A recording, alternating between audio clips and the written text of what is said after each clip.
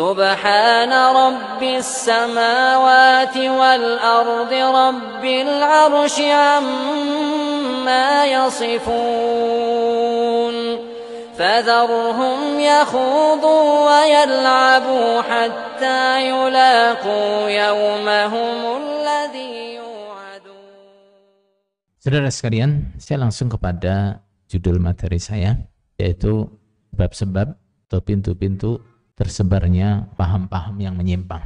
Salah satu paham yang menyimpang yang paling meresahkan di lingkungan kita di Indonesia ini adalah paham takfiri. Apa yang dimaksud takfiri itu? Yang dimaksud takfiri adalah bermudah-mudahan mengkafirkan sesama muslim. Itu yang dimaksud dengan takfiri. Jadi jangan keliru. Artinya kita nggak boleh takfiri itu tidak boleh bermudah-mudahan mengkafirkan sesama muslim. Bukan kok nggak ada yang kita anggap kafir sama sekali, bukan. Tapi kita tidak boleh bermudah-mudahan mengkafirkan sesama muslim. Paham-paham seperti ini kan tentunya tidak begitu saja diterima atau masuk, berkembang di tengah-tengah masyarakat, kan tidak. Pasti ada apanya? Ada faktor-faktor penyebabnya. Nah, seperti ini kita harus mengerti atau ya perlu mengerti, selain untuk membentengi diri dan keluarga, juga untuk mengedukasi masyarakat. Kita langsung saja paham menyimpang apa saja ya, baik itu yang takfiri atau yang liberal atau yang lain-lainnya, pokoknya semua paham yang menyimpang dalam Islam. Pintu masuknya yang paling longgar, yang paling besar, yang paling mudah adalah kebodohan. Ini untuk kerusakan yang paling didemeni sama iblis ya ini, paling disukai sama iblis ya ini. Makanya Ibnu Qayyim dalam kitab Madarijus Salikin mengatakan nuwabu iblis fil ard, wakil-wakilnya iblis di bumi. Butanya iblis di bumi itu siapa?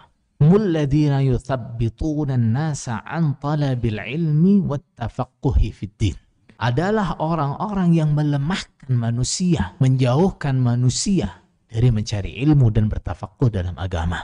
Kenapa nih? Iblis ketika dia datang di bumi, tengah-tengah orang-orang yang bodoh, di kalangan orang-orang yang didominasi kebodohan, iblis itu datang seperti apa? Dibentangkan karpet merah. Dah, mulus jalannya. Nah, kalau sudah bodoh, mau dirusak dari sisi apapun bisa. Mau diarahkan ke paham liberal, mau diarahkan ke paham radikal, apa saja gampang. Karena apa? Karena bodoh. Seperti yang dibilang. Jualan atau bisnis yang paling gampang itu apa? Bisnis agama di tengah-tengah orang bodoh. Itu yang paling mudah. Saudara sekalian, akibat kebodohan ini, orang itu pokoknya diajari sesuatu yang kayaknya ini ada dalilnya. Mukadimahnya dalil, nanti selanjutnya diselewarkan kemana? Udah nggak ngerti. Akhirnya yang terjadi apa? Yang terjadi persis seperti yang difirmankan oleh Allah Subhanahu wa taala, "Qul hal nunabbi'ukum bil akhsarina a'mala alladzina dhalla sa'yuhum fil hayatid dunya wa hum yahsabuna annahum yahsinuna sun'ah." Maukah kalian aku beri cerita besar? Naba itu namanya cerita besar. Bil akhsarina a'mala. Orang-orang yang paling rugi amalnya. Orang rugi tapi ini dari kalangan orang-orang yang beramal. Bukan dari kalangan orang-orang yang ahli maksiat. Bukan dari kalangan orang-orang yang ahli zina dan seterusnya. Bukan. Dari kalangan orang-orang yang beramal. Alladzina dhalla sa'yuhum fil hayatid dunya.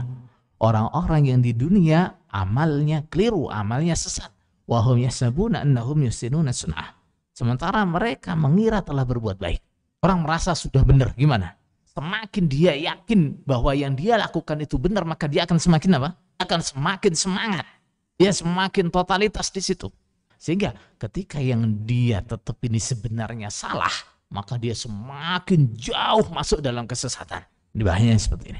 Kait dengan paham takfiri atau paham radikal. Kan kalau kita bicara masalah radikalisme, itu nggak lepas dari takfiri. Dengan kebodohan, akhirnya orang bermudah-mudahan kafirkan setiap muslim yang dianggap melakukan perbuatan yang mukafir.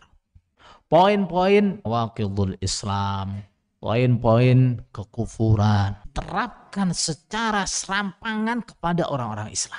Seperti dikatakan, yadhhabuna ila ayatin nazalat fil kafirin. Mereka pergi mengambil ayat-ayat yang itu turun untuk orang-orang kafir, mereka ambil diterapkan kepada orang Islam. Dengan orang Islam pun mereka berdalil lakum dinukum waliyadin. Akhirnya kamu kafir karena apa? Kamu sudah melakukan ini. Kamu kafir karena kamu sudah melakukan ini. Waqidul Islam menerapkannya semudah itu. Pokoknya melakukan poin kekufuran berarti sudah kafir. Nah, di kalangan ulama nggak seperti itu. Kalangan ulama itu sudah jelas rambu-rambunya. Suatu perbuatan, suatu ucapan bisa jadi itu jelas kekufuran.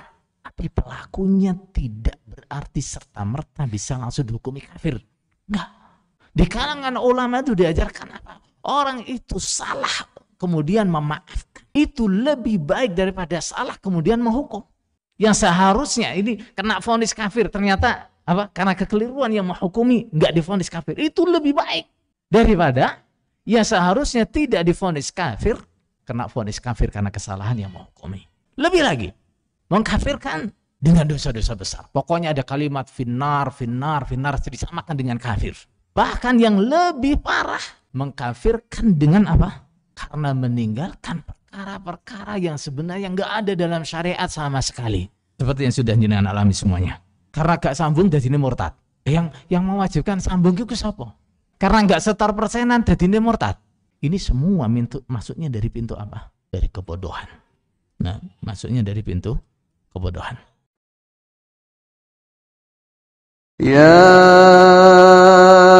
ayyuhalladzina amanu ittaqullaha haqqa tuqatihi wa la tamutunna illa wa antum muslimun.